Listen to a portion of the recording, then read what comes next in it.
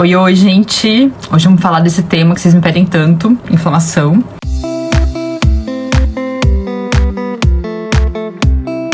É um tema bem amplo, mas eu vou tentar trazer aqui o máximo de uma abordagem prática, tanto para vocês se identificarem com os sintomas, quanto com coisas para vocês colocarem em prática aí no dia a dia de vocês, né? Inclusive, quem leu o post e viu os sintomas, me conta aí com o que vocês se identificaram. Eu tava até aqui pensando que esse negócio da inflamação é muito louco, porque a gente não é inflamado, a gente está inflamado. Por mais que isso pareça uma coisa boba, dentro da nutrição, eu percebo muito que a gente às vezes se confunde o nosso com o nosso está, porque a gente está há tanto tempo daquela forma que a gente nem sabe como é possível a gente não ser daquela forma. E isso é algo muito incrível. Eu sempre falo para as minhas alunas que é quase que um descobrir você dentro de você que você não conhecia. Então esse é um ponto bem importante pra gente ir identificando. A gente, desde uma dor que te incomoda sempre, principalmente quando a gente trabalha com ciclo menstrual, aquele negócio, meu ciclo sempre foi intenso, ou é genético na família a gente ter um hipotireoidismo. É claro que a gente tem o estímulo genético, mas a genética, ela é uma caixinha que vem fechada, tá? Você ativa ela se você tem a chavinha pra ativar, senão ela fica fechada ali, né? Esse é um padrão muito legal pra gente começar pensando também o que é esse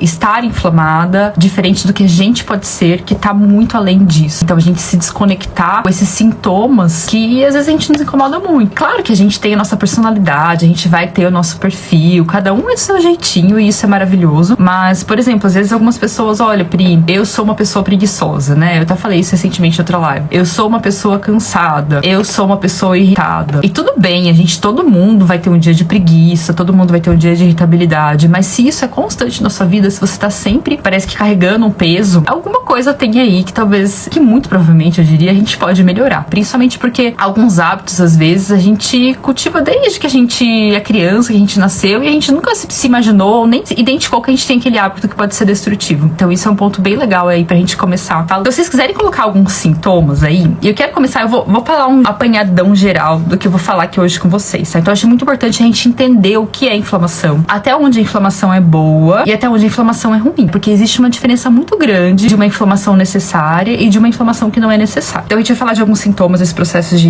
inflamado, por que algumas pessoas melhoram rapidamente com algum anti-inflamatório natural e outras não. Então qual que é a diferença disso? E aí eu vou falar desses 4 pilares pra gente estar atuando tanto na identificação das causas, quanto são pilares que, se eles estiverem equilibrados, eles produzem anti-inflamatórios naturais. A gente vai estar sempre produzindo esses anti-inflamatórios naturais. E isso é o mais fantástico, né, gente? O nosso corpo tem a capacidade de produzir os seus anti-inflamatórios, os seus antioxidantes. Só que quando esses sistemas estão desequilibrados, a gente tem uma exacerbação de um processo de desequilíbrio, tá? Mas se a gente tiver eles ali funcionando, perfeito. É um trabalho a menos que a gente tem pra cuidar. Então, aonde estão esses sistemas antioxidantes e anti-inflamatórios naturais?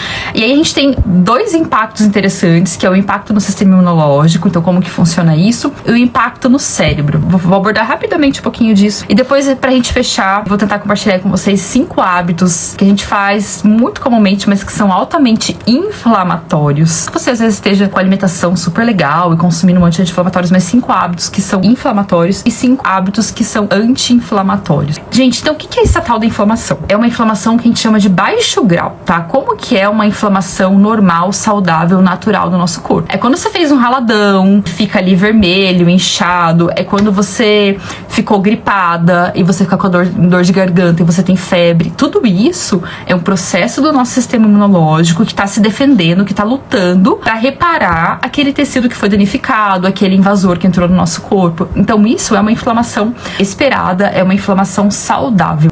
Essa aí a gente considera a inflamação aguda. Então ela vem, ela é pontual, ela reparou o tecido, ela resolveu o que ela tinha que resolver, ela acabou e nosso sistema entra em equilíbrio novamente. O que é uma inflamação problemática? É uma inflamação crônica, é uma inflamação de baixo grau. É como se se você tivesse sempre com um pequeno foguinho ligado. Vamos imaginar lá na situação fazendo fogão, né? Um paralelo com o fogo do fogão. Inflamação aguda. Você ligou o fogo, cozinhou o que você precisava cozinhar, desligou. Inflamação crônica. O seu fogão tá sempre com o foguinho ligado. Então isso também traz características dessas três, dor, rubor e calor, mas de uma forma mais frequente. Então é aquela pessoa que acorda ou está sempre inchada, o anel de manhã não cabe, tem inchaço nas pálpebras, no rosto, nas extremidades, tem inchaço aqui na região da coxa, ou inchaço no final do dia, né, na perna, que fica realmente afundado, que é até uma dificuldade do retorno venoso. Inclusive esse processo das varizes tem um processo inflamatório envolvido também, porque os vasos, eles se contraem, e quando a gente tem uma inflamação, é como se essa contração, é como se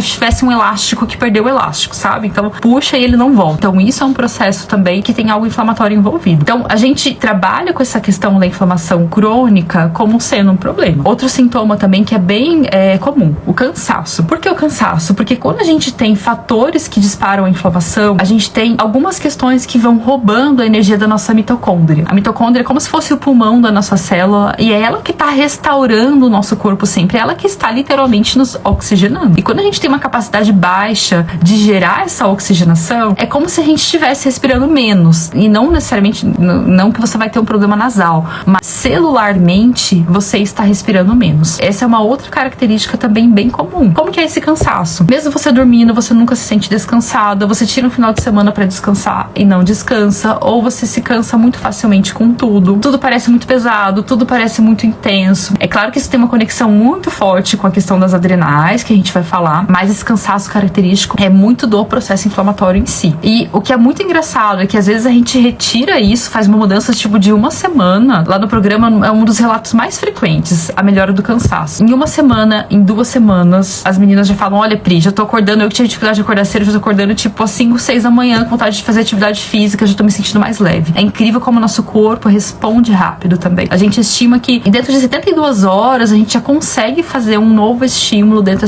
dessa questão hormonal. É claro que questões mais crônicas a gente vai precisar de mais tempo, mas a gente já tem resultados dentro de 72 horas. Então esse é um processo inflamatório de baixo grau. E aí até alguns termos, né? Tem o inflammaging, que é uma mistura de inflamação com envelhecimento. Então sempre que a gente tem o processo de inflamação exacerbado, a gente vai ter um processo de envelhecimento exacerbado também. Quem é mãe aí, acho que vive muito isso. Quem é mãe automaticamente está no processo de inflamação, muito provavelmente, ou pelo menos ali no primeiro ano de vida, porque a gente tem a restrição de sono. E aí, por isso que às vezes fala: olha, nesse ano aí, depois da maternidade, fiquei com muito cabelo branco, passei a ficar muito mais cansada, né? Ou quando você passa por um período de estresse ali na sua vida e começa a nascer cabelo branco, você sente que a sua pele, tipo, parece que ficando mais murcha. Então, tudo isso são sintomas inflamatórios também. O que seria essa questão de olhar para os disparos? Então, por que algumas pessoas, quando retiram glúten, lactose e açúcar, melhoram significativamente, ou quando começam a consumir alguns anti-inflamatórios naturais? Então ela incluiu, uma pessoa que incluiu 3 chás ao longo do dia, consome cúrcuma, ou tomou algum fitoterápico natural e tipo, resolveu. Tinha uma dor articular que estava sempre ali, resolveu. Tinha uma cólica e começou a tomar aquele chá e resolveu. Para algumas pessoas isso é suficiente, e por que para outras não? Tudo isso depende, gente, do tamanho da bagunça que tá no nosso corpo. Então vamos imaginar que os anti-inflamatórios são um perfume francês de melhor qualidade. Em alguns casos, você passou o dia ali sem tomar banho, né? Tomou banho de manhã, mas passou o dia sem tomar banho, chegou à noite, precisava sair, deu uma passadinha no perfume francês, resolveu tudo. Deu conta. Agora vamos supor que você tá 2 semanas sem tomar banho e você passa o perfume francês, gente, não vai resolver. Você precisa tomar um banho mesmo. Então, fazendo esse paralelo, é mais ou menos isso. Dependendo da quantidade de pilares que estão desequilibrados, do tempo que você tem esse desequilíbrio, mesmo que você não tinha sintomas antes, mas o tempo que você tem esse desequilíbrio sendo disparado, e às vezes até de questões transgeracionais, né? A gente herda da nossa mãe, somente da nossa mãe, o DNA mitocondrial. Então vamos supor que a sua avó teve contato com produtos químicos, ou até questões emocionais podem impactar nisso, ou teve uma depleção de nutrientes muito grandes. E aí isso a gente pode até visualizar, por exemplo, em situações onde tiveram essas questões tipo bomba atômica, ataque de Chernobyl, coisas onde tiveram um contato químico muito muito grande, o tanto que isso passa de geração para geração. E aí do lado positivo também, né? A gente fala que a alimentação da gestante impacta em 4 gerações. Então, isso pode também ter uma descendência, mas é claro que a gente pode atuar de alguma forma nisso, mas tem pessoas que já vêm com uma conta a pagar, digamos. Por isso que algumas pessoas não melhoram só com uma estratégia, só com um anti-inflamatório. Elas precisam de fato trabalhar em pilares mais profundos. Não sei se vocês já se identificaram aí com isso, ou você já fez alguma estratégia e super melhorou, foi super legal, ou você já fez muitas estratégias e continua com isso. E geralmente quando você já fez muitas estratégias e continua com isso, é porque muito provavelmente a causa também continua lá. E aí não adianta o tanto de perfume francês que você passa se você não toma um banho, porque a causa continua lá. Quais são esses pilares, gente, que eu começo olhando para essas causas? São os pilares bases do corpo, que é a base do meu programa também, é um processo de restauração nisso. Mesmo que seja um programa focado para a ciclicidade da mulher, para a restauração hormonal da mulher, estrógeno, progesterona, para todo esse autoconhecimento, a base do programa são esses 4 pilares. Intestino. Quando a gente fala de intestino, de melhorar o intestino, de melhorar uma desbiose, não necessariamente tem a ver com você ir ou não ao banheiro todos os dias, tá? É claro que ir ao banheiro todos os dias é super esperado, e só o fato de você não ir ao banheiro todos os dias já diz que algo está errado. Mas existem muitas situações onde a pessoa vai ao banheiro todos os dias e mesmo assim ela pode ter um desequilíbrio de uma microbiota. Principalmente porque os desequilíbrios da desbiose, né, ele pode ser por pouca bactéria, ele pode ser pelo excesso de bactérias ruins, ou ele pode ser pelo desequilíbrio mesmo. Então tem uma bactéria muito mais predominante do que outra. É nesse processo aí do intestino que a gente começa a gerar compostos inflamatórios, que comumente são esses compostos que são essa causa constante que às vezes ainda a gente não resolveu mesmo tomando um monte de chá ou de alimentos anti-inflamatórios. Uma digestão ruim tem sintomas como uma piora de uma inflamação na pele ou um cansaço. Porque, gente, a gente só vai absorver nutriente se a gente tiver a capacidade de extrair muito bem esse nutriente. Então vamos supor que você comprou, sei lá, viu um suco verde maravilhoso, foi fazer no seu liquidificador, mas o seu liquidificador era muito ruim. Ao invés de você tomar um suco verde, você vai tomar uma bagaçada, né? Vai, ficar um monte daquele resíduo, daqueles vegetais ali mal batidos, e na hora de você tomar, você vai estar aquele monte de resíduo alimentar. É mais ou menos isso que acontece com uma alimentação ruim. Ao invés de você conseguir extrair o néctar daquele alimento, né, as vitaminas, os nutrientes, extrair toda a energia daquele alimento, aquele alimento vai ficar, de certa forma, putrefando no processo de apodrecimento no seu corpo. O corpo vai estar tentando digerir e não vai chegar no nível ótimo de digestão. Quais são as suas características digestivas? Quando você olha para sua língua, ela tem muita saburra branca, uma saburra mais amarelada, ela tem sinais do dente na língua, ela é mais vermelha na ponta ou não, né? Você tem esses sintomas de falta de má digestão, ou você tem o tal do estufamento, do inchaço, que é tão comumente relatado. E quem já teve isso, eu já tive muito isso. Eu já falei pra vocês de vários sintomas aí que eu sei descrever bem, o negócio da fome com a maçã, o negócio de sentir fome toda hora. Então, assim, posso garantir pra vocês que tem jeito, tá? Que eu já senti muitos sintomas de desequilíbrios. Mas essa questão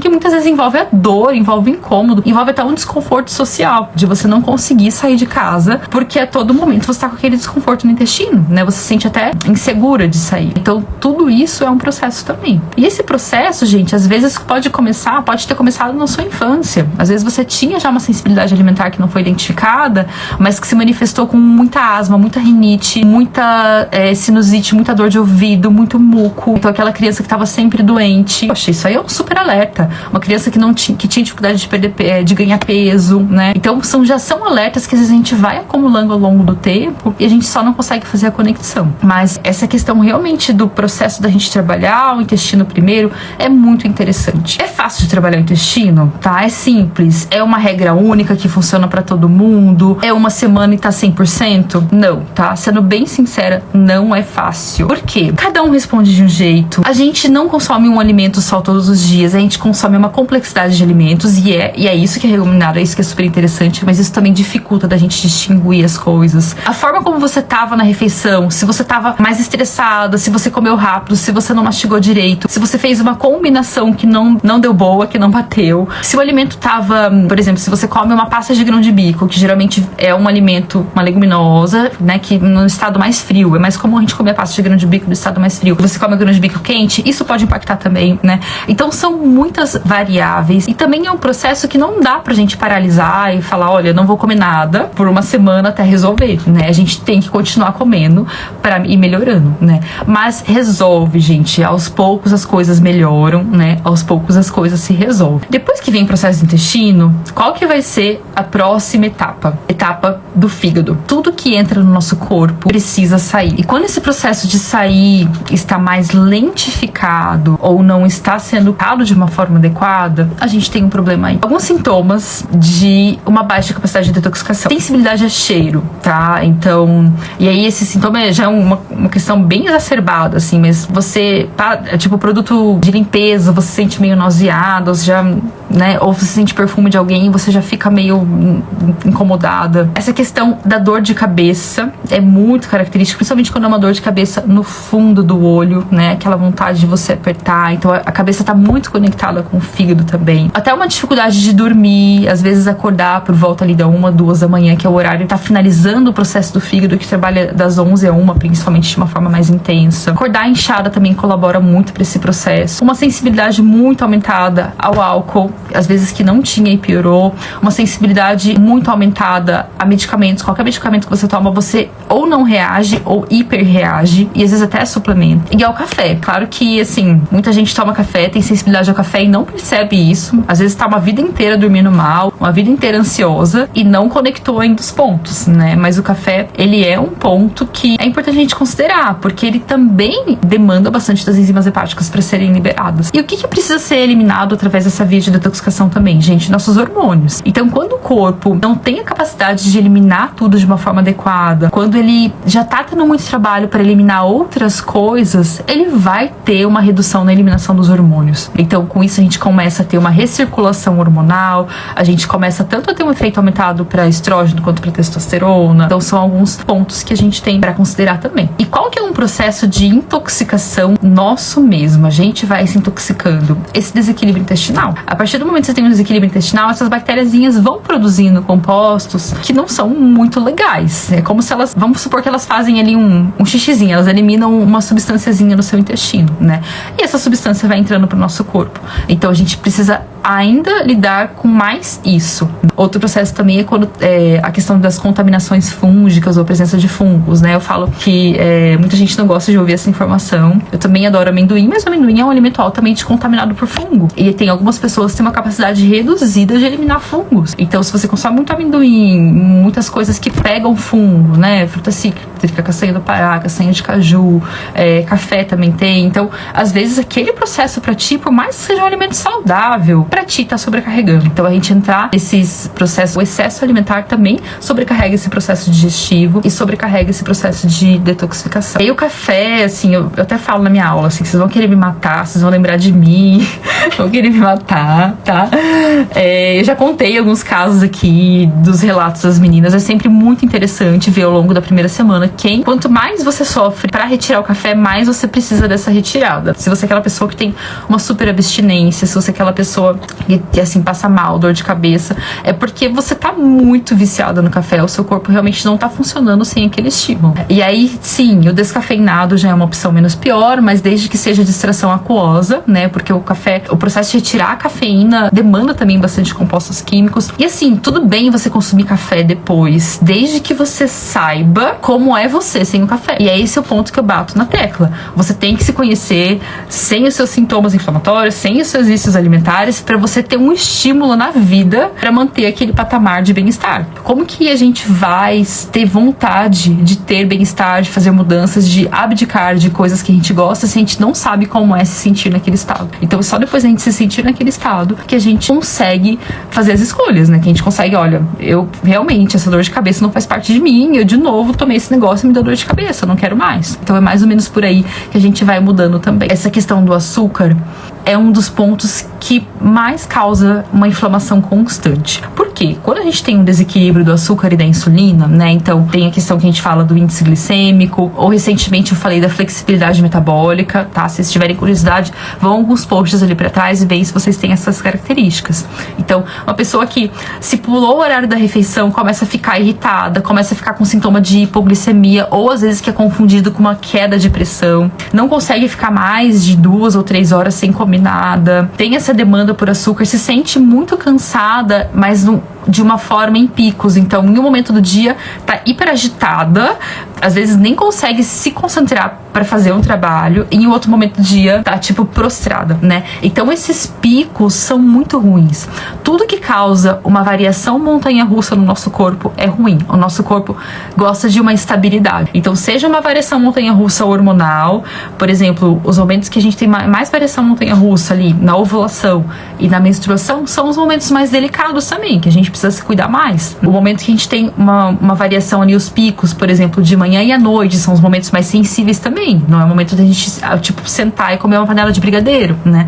Então, esses momentos de variação muito brusca são sempre momentos sensíveis e delicados para o nosso corpo, onde ele precisa ativar todo um sistema de reequilíbrio, porque ele se sente num estado de alerta só por aquilo que está acontecendo. E aí, quando a gente fala desse metabolismo da insulina e da glicemia, também. Até porque, primeiro, o excesso de açúcar, como eu já falei, tem esse disparo da microbiota que já gera um processo inflamatório. Ele ativa muito a gente chama de cascata inflamatória, que é como se fosse um efeito dominó, né? Então, um desequilíbrio da insulina, por exemplo, ativa uma cascata que chama NF-κB, que é uma cascata super inflamatória, que dispara várias questões, vários mecanismos inflamatórios, né? Um metabolismo alterado da insulina também, ele vai ativar, por exemplo, um gene que chama gene clock, que é um gene muito importante pra gente manter o nosso sistema antioxidante funcionando naturalmente, né? Então, quando a gente tem essa instabilidade todo momento, a gente de fato já libera por si só um processo inflamatório. Até porque o nosso corpo precisa estar a todo momento trabalhando e para voltar a esse reequilíbrio. E quando a gente tem um excesso de insulina assim, a gente sempre vai ter um disparo para acumular gordura. Você pode ser uma pessoa magra, mas se você tem um pico, né, de aumento e queda de insulina muito frequente, você sempre vai ter esse disparo para acumular gordura também. Então esse é um processo bem interessante da gente manter essa estabilidade. Eu acho que é um dos mais fáceis, gente. Bem sinceramente, essa estabilidade da insulina e da glicemia é uma das coisas mais fáceis que a gente tem, que mais surte efeito rápido na questão de melhorar o cansaço, melhorar a disposição, dar mais concentração, mais foco, às vezes com uma pequena detalhe da combinação diferente dos alimentos que a gente faz, e isso eu falo muito no programa também pra vocês, tanto pra vocês entenderem, desde vocês saberem analisar uma receita saudável, se essa receita de fato é saudável, e também pra vocês entenderem isso e depois aplicarem com o protocolo. Então vocês sentem essa estabilidade. É claro, quem tá muito acostumado a ter fonte de energia rápida a todo momento, né? O que seria essa fonte de energia rápida? Almoçou, depois de 2 horas come uma fruta, depois de 2 horas come um bolinho, mesmo que seja saudável, faz uma tapioca com banana, tá? Depois de 2 horas, janta, toma uma sopinha só de legumes. Por mais que pareça algo saudável, eu tô tendo disparo de insulina, de pico de insulina a todo momento. Se eu fizer pequenas combinações, eu já tenho uma estabilidade melhor. E com isso, eu principalmente deixo de ter até tantos picos de ansiedade, porque a ansiedade é uma característica desse processo também tão instável. Inclusive, uma das coisas que a gente trabalha e olha, né, quando a gente tem um processo inflamatório mais exacerbado no nosso corpo, a gente aumenta a permeabilidade também de algo que chama barreira hematoencefálica, imagina que é como se fosse uma cápsula que protege o cérebro, né? E da mesma forma que a gente tem um intestino hiperpermeável, a gente pode também ter uma barreira hematoencefálica hiperpermeável, aonde fica mais suscetível e mais sensível a todas essas alterações inflamatórias que vão acontecer no nosso corpo. E daí vem sintomas de ansiedade, de irritabilidade ou até mais depressivos, estão muito conectados com esse processo inflamatório como um todo também, né? E é muito interessante quando a gente olha quando a gente trabalha uma modulação glicêmica e do intestino, o quanto que a gente já melhora dessa questão inflamatória do cérebro. Então isso é algo muito legal, assim. Quanto tempo a gente demora para o nosso corpo desinflamar? Essas perguntas de tempo, eu falo que são sempre umas perguntas de $1 milhão, tá, gente? Porque eu não consigo dizer pra vocês quanto tempo exatamente vocês vão deixar de sentir um sintoma, né? Novamente, cada pessoa vai reagir de um jeito. Mas vamos dar um overview aqui, ó. Algumas questões vocês podem sentir melhoras em uma semana. Por exemplo, essa questão da disposição. Se você consegue começar a dormir bem, a drenar um pouco o seu corpo, disposição e inchaço eu diria que são os mais rápidos de você começar a observar essa melhora de sintomas. Quando a gente fala de questões hormonais, pode demorar de 1 a 3 meses pelo menos. 1 mês é um tempo curto, 3 meses é o tempo mínimo que a gente espera, porque os folículos ovarianos, eles demoram 100 dias para eles amadurecerem. Então, quando a gente está trabalhando o processo anti-inflamatório, de restauração de nutrientes, de modulação hormonal, agora, o meu folículo ovariano que está amadurecendo agora é o que a gente vai colher daqui 3 meses. Processos que envolvem cabelo e unha demoram mais tempo. Por quê? Porque o tempo, principalmente de cabelo, tá? Porque o tempo do cabelo é de 3 meses. Então, se você teve um processo inflamatório agora, um super estresse, né? Pegou o Covid ou emagreceu um monte, provavelmente você vai sentir isso daqui 3 meses. E aí, se você melhorou depois desses 3 meses, você vai sentir depois de 3 meses. Então, o cabelo é um processo que a gente demora um pouco mais de tempo pra ver por conta desse tempo da meia vida dele mesmo. E aí, pra gente finalizar, o quarto pilar tá as adrenais. O que são as adrenais, gente? Elas ficam em cima dos rins, né? Então a gente pode até chamar de suprarrenais também. E elas produzem cortisol, principalmente. Elas produzem outros hormônios, mas aqui o nosso foco é o cortisol. E o cortisol, ele é o cara que vai fazer a gente ir na vida, né? É o tal da luta ou fuga. Então, ou ele vai fazer você enfrentar uma situação, ou ele vai te dar a capacidade de sair correndo e fugir dela. E hoje em dia, eu acho que esse é um dos pilares que mais nos demandam, né? Então, volta e meia alguém me escreve: eu fui no médico, ele falou que é uma questão emocional. O fato de ser uma questão emocional não quer dizer que não impacta fisiologicamente no seu corpo, né? Então, o fato de você estar estressada, de você estar vivendo um conflito emocional por alguma questão, de você estar vivendo uma situação de um abuso emocional ou algum outro tipo de abuso, enfim, qualquer tipo de coisa que te tira do seu eixo, né, que te causa um estresse, que te causa uma preocupação, é um conflito emocional que vai com certeza impactar nas nossas adrenais e no nosso sistema imunológico de uma forma bem rápida e direta, né? Então, quando a gente olha para as adrenais, a gente olha muito a questão do estresse. E o estresse tem 2 principais fases, tá? Alguém já leu, alguém já viu eu falando dessas 2 fases? Eu falei recentemente numa live também. Mas uma das fases é a primeira fase, tá? Então é aquela fase que você se identifica como estressado. Eu tô, sei lá, tô cansada, tô agitada, né? Eu tô com 1001 demandas, eu não consigo dormir direito, de tanto que minha cabeça não para de trabalhar. É aquele momento que você tá lutando. Você tá, tipo, matando um leão a cada dia e levanta e cai e levanta de novo, né? E você vai lutando. E você até dá conta das coisas, tá? Mas isso te depleta bastante. Às vezes é um momento que ou muitas pessoas perdem muito peso ou ganham muito peso, né? Ou começa a ficar enlouquecida por doce. Isso é uma das principais, das características mais rápidas. Ou fica muito enlouquecida por doce ou coisas gordurosas. É o tal do Pri, tem vontade de comer um hambúrguer escorrendo molho às 5 da tarde, né? Então, por quê? Porque com excesso de estresse, a gente também perde muito sódio, né? Então, é aquela vontade de repor energia, porque, na real, você tá perdendo energia de alguma forma. Não uma energia calórica, mas uma energia ali, né? Digamos, de bateria, de te consumir mesmo, né? Uma energia de luta ou fuga. Então, muitas vezes, isso até traz muito o perfil da gente acumular gordura na parte superior, porque basicamente a gente o cortisol, ele nos dá a capacidade de fugir, de correr, é como se de uma certa forma eles nos dessem habilidade para correr mais, mas hoje em dia dificilmente alguém sai correndo quando tá estressado. Às vezes você tá numa reunião, às vezes você tá ali entregando um trabalho, né? Então tudo isso tem essa capacidade de ir concentrando muito nessa parte, principalmente a região abdominal. Então essa é a primeira fase do estresse. Tem o que a gente fazer com estresse, gente?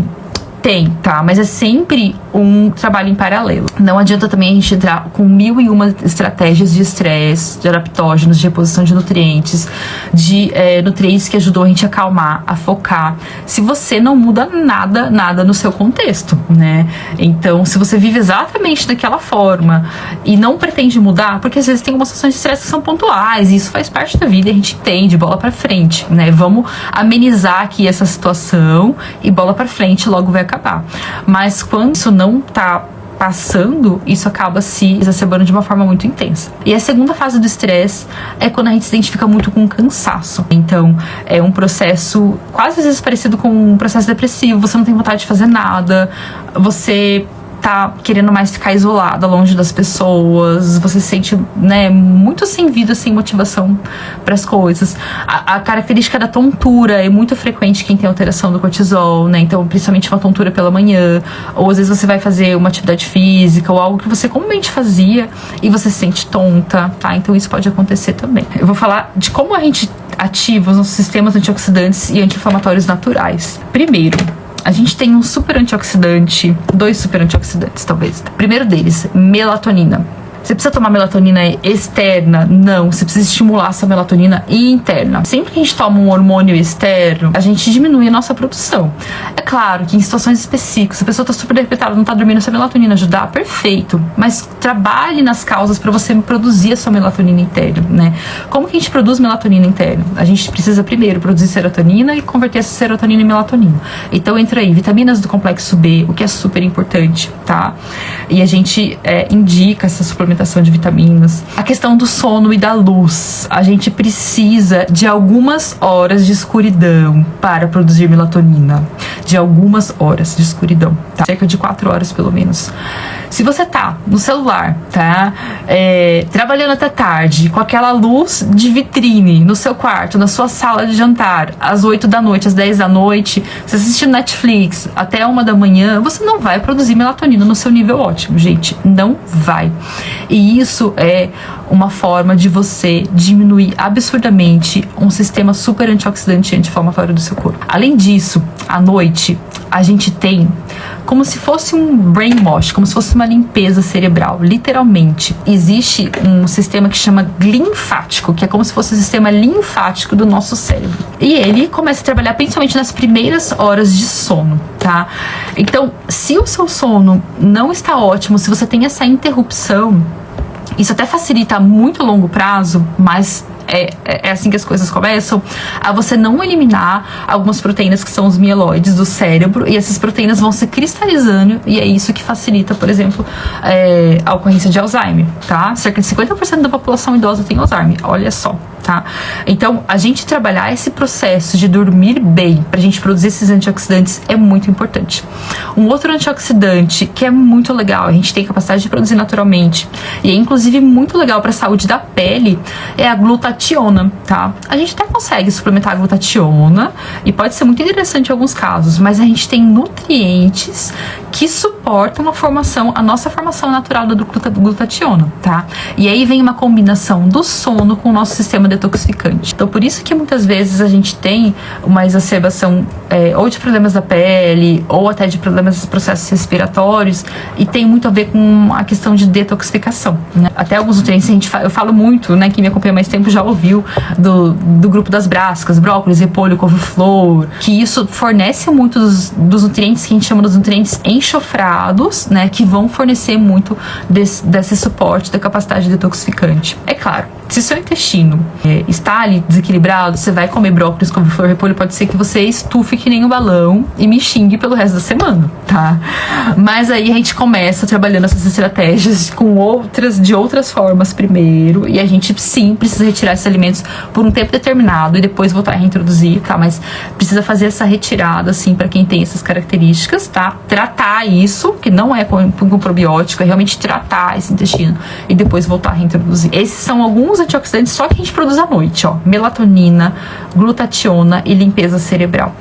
Então, esses estariam ligados aí à questão das adrenais, que é o processo do sono, e a questão da detoxificação. E no intestino, o que a gente pode considerar de sistema antioxidante, anti-inflamatório natural? Quando a gente tem um bom equilíbrio das bactérias boas, a gente produz... As bactérias produzem pra gente o que a gente chama de ácidos graxos de cadeia curta.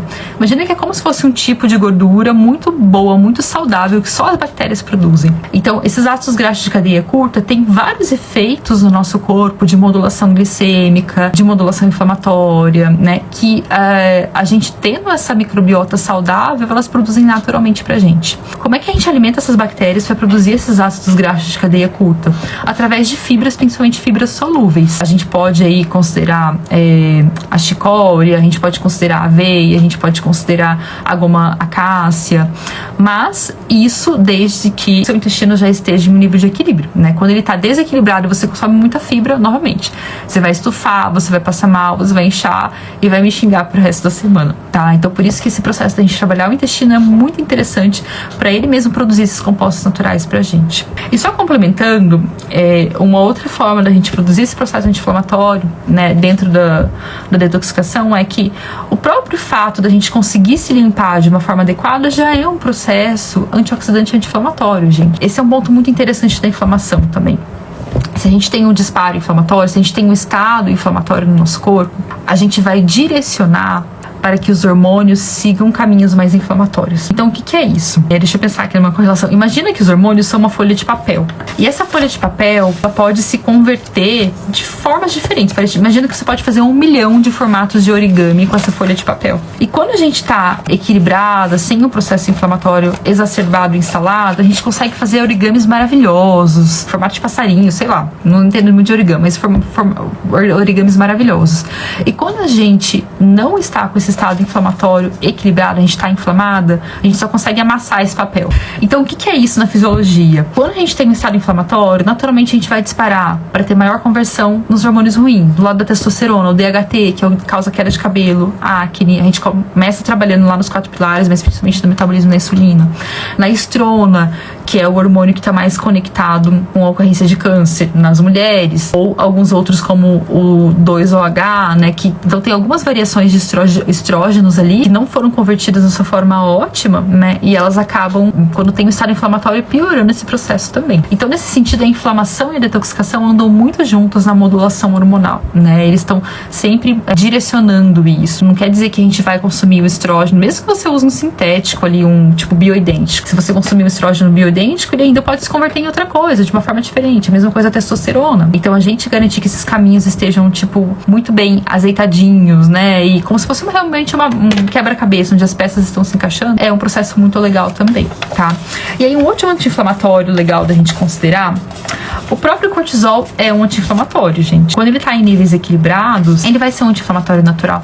Tanto é que em muitas doenças autoimunes ou que envolvem dor, se usa o corticoide, que é um derivado do cortisol, que em excesso ele é ruim, mas é justamente nesse pensamento. O cortisol tem um efeito anti-inflamatório. É mais ou menos essa a ideia. Um outro efeito anti-inflamatório também, que pode parecer muito bizarro, mas a progesterona também tem um efeito levemente anti-inflamatório. E por que pode parecer bizarro? Porque é justamente num período onde a gente tende a estar com progesterona, espera-se que a progesterona esteja mais alta, que às vezes a gente sente dor de cabeça, a gente pode sentir os sintomas pré-menstruais. Mas também, quem já me acompanha há mais tempo sabe que eu falo muito disso. Os sintomas pré-menstruais eu vejo muito como um desequilíbrio entre estrógeno e progesterona, ou um momento onde essa montanha-russa está acontecendo muito exacerbado. O que seria essa montanha-russa? Seu estrógeno está vindo lá de um nível alto, a progesterona não sobe o suficiente e de repente ele cai e essa progesterona não consegue segurar a onda. E aí é o momento que você vai ter, às vezes, algum sintoma de humor, alguma questão de vontade de doce muito intensa, tá? É claro que tem toda uma combinação de nutrientes aí também, mas esse desequilíbrio muito brusco pode acontecer. Gente, 5 hábitos inflamatórios. Eu vou começar com um que é menos óbvio pra vocês, dentro do que eu já falei, tá? Em alguns processos de cocção, de preparo dos alimentos, a gente gera compostos altamente oxidantes, que a gente chama de AIDs, né? Que são... Tô até tentando lembrar o que significa o AIDs, mas são os espécies reativas de oxigênio, tá? E como que são esses métodos de cocção e de preparo? Sabe aquele grelhadinho que fica mais escurinho, né? Ou você vai fazer tipo um frango, ou você vai fazer um bolo e tem aquela bordinha que queimou, né? Ou aquela torradinha que passou um pouquinho do ponto, mas você adora. Aquele queijo que deu uma dourada e ficou mais escuro. Esses são os AIDs, tá? Então, assim... É claro que se você no seu dia a dia tá constantemente fazendo isso, então, Pri, eu ponho, sei lá, meus legumes na air fryer, mas eles saem todos mais escurinhos, né? Ou eu adoro comer tudo que é mais torrado. sei lá, alguma comida queimou na panela, eu adoro comer. Então, ou tudo que você come é grelhado, né? Que realmente na grelha que fica escuro. Isso é um ponto ruim, tá? Inclusive, o próprio processo do churrasco, né, gente? Que é realmente uma carne que fica mais tempo ali. É um processo que gera bastante AIDS, tá? Se você consumir um alimento antioxidante junto, vai dar uma amenizada, mas o legal é evitar. E se você marinar, principalmente quando você for preparar uma proteína animal, um peixe, se você marinar, o que é marinar? É colocar aí um conteúdo ácido, então com um pouco de limão, com um pouco de vinagre, um pouco de mostarda. Isso já vai auxiliar a reduzir esse processo dos AIDS, tá? Então esse é um hábito super inflamatório que a gente faz no dia a dia e pode afetar bastante. Um outro hábito super inflamatório: comer depois, principalmente das 20, mais 21 horas, e principalmente se for comer doce depois desse horário. O que seria o doce? Algum alimento muito concentrado em açúcar mesmo. Então, tanto o doce quanto a bebida alcoólica, tá? Nesse período tarde da noite aí, é bem inflamatório. É assim, pra você fazer no seu casamento, festa de final de ano, mas não todo final de semana, gente, tá? Porque é o momento onde os nossos hormônios ali, então a gente tem... Desculpa, nossos hormônios não, os nossos genes, né? A gente tem o PPAR-gama, que é um hormônio bem importante estar equilibrado, senão ele dispara muitos processos inflamatórios, principalmente de ganho de peso, de acúmulo de gordura, e o gene clock. Então esses dois, se você está comendo fora do horário, tarde da noite, ou um alimento muito concentrado em açúcar, em farinha branca, já é um processo inflamatório muito ruim também. Terceiro hábito bastante inflamatório é o tal do dormir muito tarde e dormir onde você tem um contato com a luz logo antes. Eu sei que algumas pessoas precisam passar por um processo de às vezes só conseguir se acalmar assistindo um vídeo, né? De ter essa dificuldade de dormir. Às vezes é muito comum ouvir pessoas também, tipo mães, que não tem horário pra fazer nada e só aquele momentinho da madrugada que sente que é o momentinho dela. Mas assim, gente, o primeiro disparo é você começar a mudar a frequência disso, né? Então, tipo, não dá pra assistir filme todos os dias. Tem várias alunas minhas que chegaram a mudar, tipo, as cortinas da casa, colocar abajur, porque mudar o ambiente é muito importante também, né? Então, a gente cuidar do sono é muito, muito importante. E pessoas que fazem um trabalho, né, um shift hour, que é o trabalha de noite até tarde da noite, né, tem um aumento bem grande para um risco inflamatório. Então, o não dormir, ter essa inversão do cortisol, já é classificado como nível B para um aumento de risco de câncer, né? Já é um disparo realmente para esse processo da limpeza dos mieloides do cérebro. Então, é realmente uma questão de alto risco, né? E aí, é claro, a gente usa os adaptógenos, a gente pode usar alguns antioxidantes, algumas estratégias específicas, mas o ideal é a gente ter o ciclo circadiano, que é essa questão das adrenais, muito ajustados. O que é isso? Você tem um pico de cortisol às 7, 8 horas da manhã, então você acordar até esse horário, 7, 8 horas da manhã, ou de acordo com quando o sol tá nascendo no lugar que você tá, né? Às vezes pessoas moram em países que o inverno é muito intenso, então isso impacta também. Eu até falo, compra uma light box, compra uma luz de 100 lux e olha para essa luz para você equilibrar essa sua pineal, para você equilibrar mesmo esse disparo, tá? E dormir cedo, gente, dormir até umas 10 da noite, né? Então isso é muito importante, a gente equilibrar esse ciclo circadiano. Se você come tudo direitinho, muito bonitinho, mas tem esse ciclo circadiano invertido, o que seria invertido? Acordo muito tarde no dia e vou dormir muito tarde, tá? Você automaticamente tem um processo de detoxificação mais baixo, porque é o momento em que o fígado tá super ativo ali, entre as 11 e 1 da manhã, você vai estar ou digerindo, ou prestando atenção, né, outra coisa, o seu corpo vai estar acordado, não vai estar focado no processo de detoxificação. Automaticamente você tem uma resistência à insulina e automaticamente você tem um processo inflamatório maior também. Então, assim, uma coisa simples dentro da nossa acessibilidade, que não necessariamente deixa de ter esses desafios, né? Mas que é muito importante pra gente olhar e observar.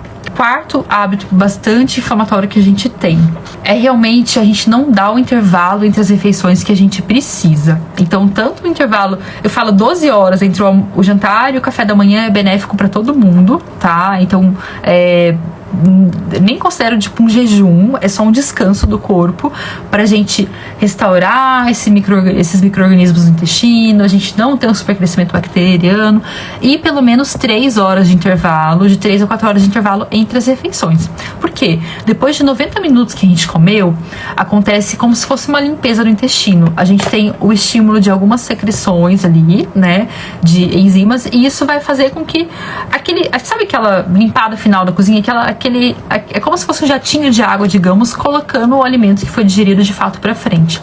Se você come no intervalo menor do que isso, é como se os resíduos alimentares ficassem ali, e a gente favorece muito para o processo de supercrescimento bacteriano, principalmente a SIBO, que é na região do intestino delgado, onde não é para ter muitas bactérias, tá? Onde a gente fala de microbiota é lá no intestino grosso, e é isso que justamente causa aqueles gases embaixo da costela, que parece dor de estômago, às vezes que parece até dor do coração, tá? Então, esse intervalo entre as refeições é algo muito importante. E um outro hábito bastante inflamatório, gente, é realmente o consumo excessivo do café e do álcool, né? Eu sei que vocês sempre querem me matar quando eu falo disso, mas é só um ponto pra gente considerar. Então, assim, se você tem falta de energia e você precisa do café para ter energia, alguma coisa precisa melhorar. Você pode e consegue e precisa da sua energia natural, né? Você pode tomar um café degustando o café, mas não para ter energia, tá? E aí começa desde o processo da gente ajustar o ciclo circadiano, mas essa questão também da gente ter a nossa energia natural. E o café, ele estimula demais as adrenais e chega um momento que a gente deixa de ter energia, tá? Então isso é um ponto bem legal. E a questão do álcool, né, gente? No geral, então assim, tem algumas pessoas que vão ter uma sensibilidade aumentada, algumas pessoas que têm a tendência predominante estrogênica vão precisar de um cuidado ainda maior. Mas eu falo, tenta manter 4 doses por semana. 4 doses, uma dose 300 ml de cerveja, 120 ml de vinho ou 60 de destilado.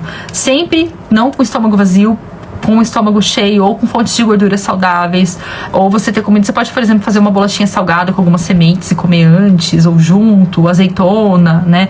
Porque isso também desacelera o processo de entrada do fígado. A gente tem que entrar devagar e sair rápido, tá? Quando é uma coisa ruim. Então, basicamente isso. E uma coisa que eu recomendo é também consumir clorela antes e depois do consumo de álcool. Não é justificativa pra você encher a cara, tá? Mas já ajuda bastante. E eu acho que pelo menos ter a consciência sobre isso, tá? Então, imagina, todo final de semana você tá comendo tarde, comendo doce tarde, bebendo, né, um monte, e aí você começa segunda-feira quebrada, acabada, quarta-feira você vai se recuperar, quinta-feira você já começou o processo de novo. Não dá, né? Então é por isso que às vezes a gente não se recupera, a gente fala, mas é só final de semana, às vezes eu estrago pra semana inteira. Então, eu falei 5 hábitos inflamatórios que a gente pode mudar hoje. Agora, 5 hábitos anti-inflamatórios que a gente pode considerar. Primeiro deles, manter um nível legal de vitamina D. Ah, Pri, eu tomo sol todos os dias, é suficiente? Não sei, você precisa medir a sua vitamina D. É legal você manter ela em pelo menos 50. Algumas pessoas suplementam em uma dose mais alta e mesmo assim não atingem, tá? Mas a vitamina D, gente, é um anti-inflamatório natural. É super importante para nossa modulação hormonal. É super importante para nossa saúde como um todo, tá? Cerebral, óssea. Então, precisa ter um bom nível de vitamina D. Tá bom? E aí vale a pena você ir monitorando mesmo, você ir fazendo essas medições com frequência. Segundo ponto, gorduras boas. E já aproveitando que vocês estão me perguntando aí, fritar com azeite. O azeite torna a gordura ruim após esquentar na panela, tá? E o óleo de coco e a banha de porco são tóxicos. Gorduras boas. O que seria gorduras boas? É legal ter fontes de ômega 3 sempre, seja através da alimentação, seja através da suplementação. Se você não consome produtos de origem marinha, a linhaça e a chia também tem ômega 3, mas elas não se convertem na forma final que a gente precisa, que é o EPA e o DHA. Precisa considerar um suplemento, sim, tá? Então é um ponto importante pra gente considerar. O ômega 3 vai atuar em algumas vias anti-inflamatórias, mas como um todo ele é muito interessante para dar uma qualidade de fluidez para a membrana das nossas células. Então imagina que todas as células são envoltas por uma camadinha de gordura. E essa camadinha de gordura precisa ser bem flexível. Se ela for uma camadinha dura, você não consegue se comunicar com as outras células, tá? Então o ômega 3 é uma dessas gorduras. Se a gente aquecer o azeite na panela, isso vai vai ser algo ruim, isso vai ser algo tóxico? Não, gente, o azeite de oliva pode usar para cozinhar, tá? O que é ruim? Você fazer uma fritura por imersão com azeite, mas vai ser ruim com qualquer óleo. Fritura por imersão é sempre ruim, é sempre muito inflamatório. Mas se você vai refogar uma cebola, se você vai refogar alguma coisa, tá ótimo, tá? O que poderia ser não muito legal? Você fazer uma preparação, por exemplo, que fica fervendo o azeite. Por exemplo, quando a gente faz, é tradicional fazer o bacalhau e pôr no forno. Fica fervendo aquele azeite por muito tempo, tá? Dependendo da temperatura do forno, isso pode ser ruim. Mas o azeite tem um ponto de fumaça, uma tolerância muito boa, até porque ele tem antioxidantes naturais que diminuem esse processo de oxidação. O que é quando é ruim? Quando a gordura literalmente faz fumaça. Você põe ela na panela e você vê ela fazendo fumaça. Aquilo ali passou do ponto de fumaça dela e aquilo é oxidante. Banha de porco. Se for pra temperar alguma coisa, temperar, ok. Mas eu não recomendo usar no dia a dia, gente. Primeiro, é uma gordura saturada. 50% da gordura é saturada, 50% não é. A gordura saturada em excesso desequilibra a nossa microbiota intestinal. Em excesso, ela é um disparo a mais do processo inflamatório. É claro, a gente precisa de gordura saturada, e tem uma aula específica de gorduras lá no programa também. A gente precisa de gordura saturada, mas em pequena quantidade. E gorduras boas, tipo gema de ovo, tá? É uma gordura interessante. Então, algumas gorduras ali, de algumas castanhas, tá? Eventualmente, né, um pouco de óleo de coco, mas até o excesso de óleo de coco, se aquele negócio você usa em tudo, tá? Cozinho com óleo de coco, faço bolo com óleo de coco, tudo óleo de coco, é em excesso também, a gordura saturada também. E da banha, da gordura animal, a gente sempre vai ter na gordura animal mais intoxicantes. Por quê?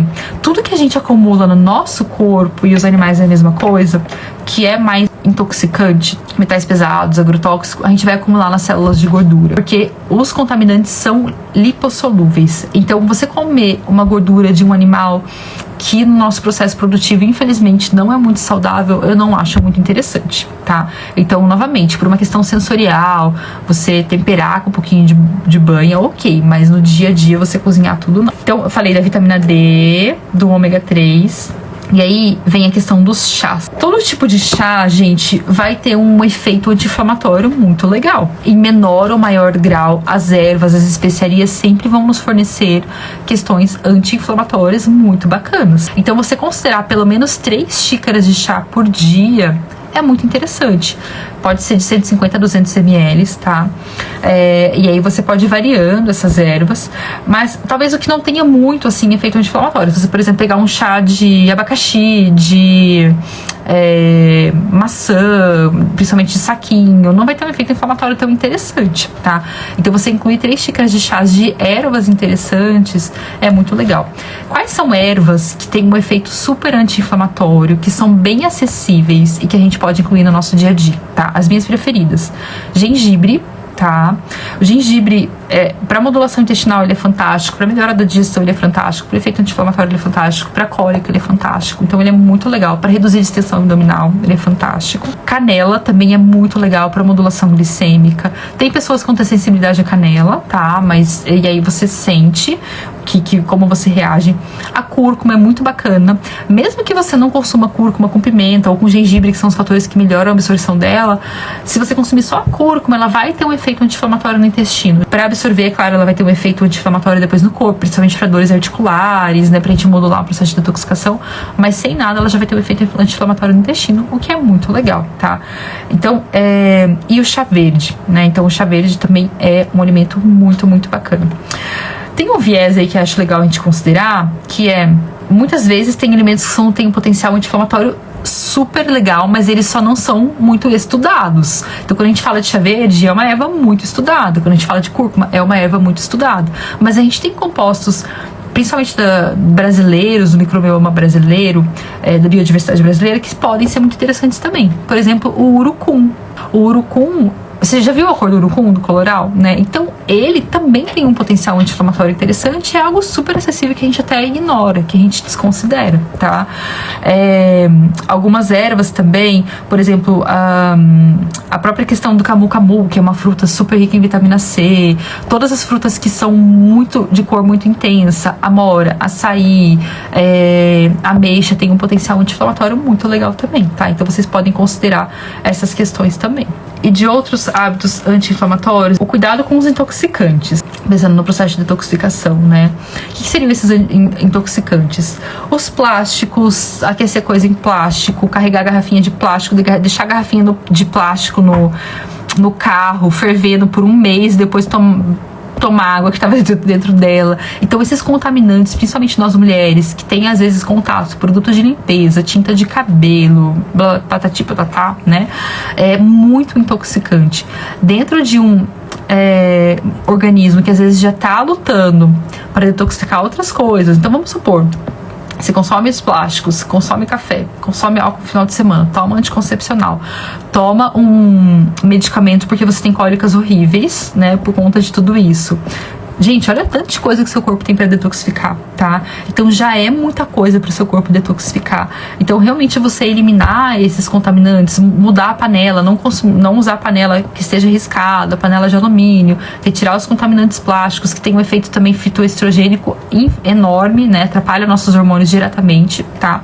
São pontos importantes para considerar. Se você já tem uma sensibilidade hepática, né? Você já é aquela pessoa que reage muito intensamente às coisas, já tem sensibilidade a cheiro, né? Tem gosto amargo na boca, talvez trocar mais ainda, né? Então trocar todos os produtos de limpeza, trocar todos os produtos de maquiagem, tá? Então realmente fazer uma detoxificação aí externa mesmo, tá bom? Isso é bem... e claro, gente, orgânicos, né? Retirar os agrotóxicos o máximo de agrotóxicos que conseguir retirar da vida, principalmente os mais contaminados, né? Então, anualmente eles atualizam, acho que vale sempre a pena, não olhei desse ano, mas sempre aí tem os top 10, tomate, morango, abobrinha, cenoura, até a couve tá entre os top 10 aqui no Brasil, né? Então vale a pena ficar de olho nisso também. Desodorante pelo processo do alumínio também, tá? E aí é muito comum pegar alumínio alto, pra quando eu faço o exame, muito comum. Tá? Então é um ponto bem importante também. Mas, minha gente, é isso, tá? Eu espero que vocês fizeram anotações aí, vocês captaram bastante coisa. Tem bastante coisa que dá pra vocês começarem a atuar na prática do dia a dia. Gente, beijão, bom final de semana. Fiquem bem e se cuidem. Até mais.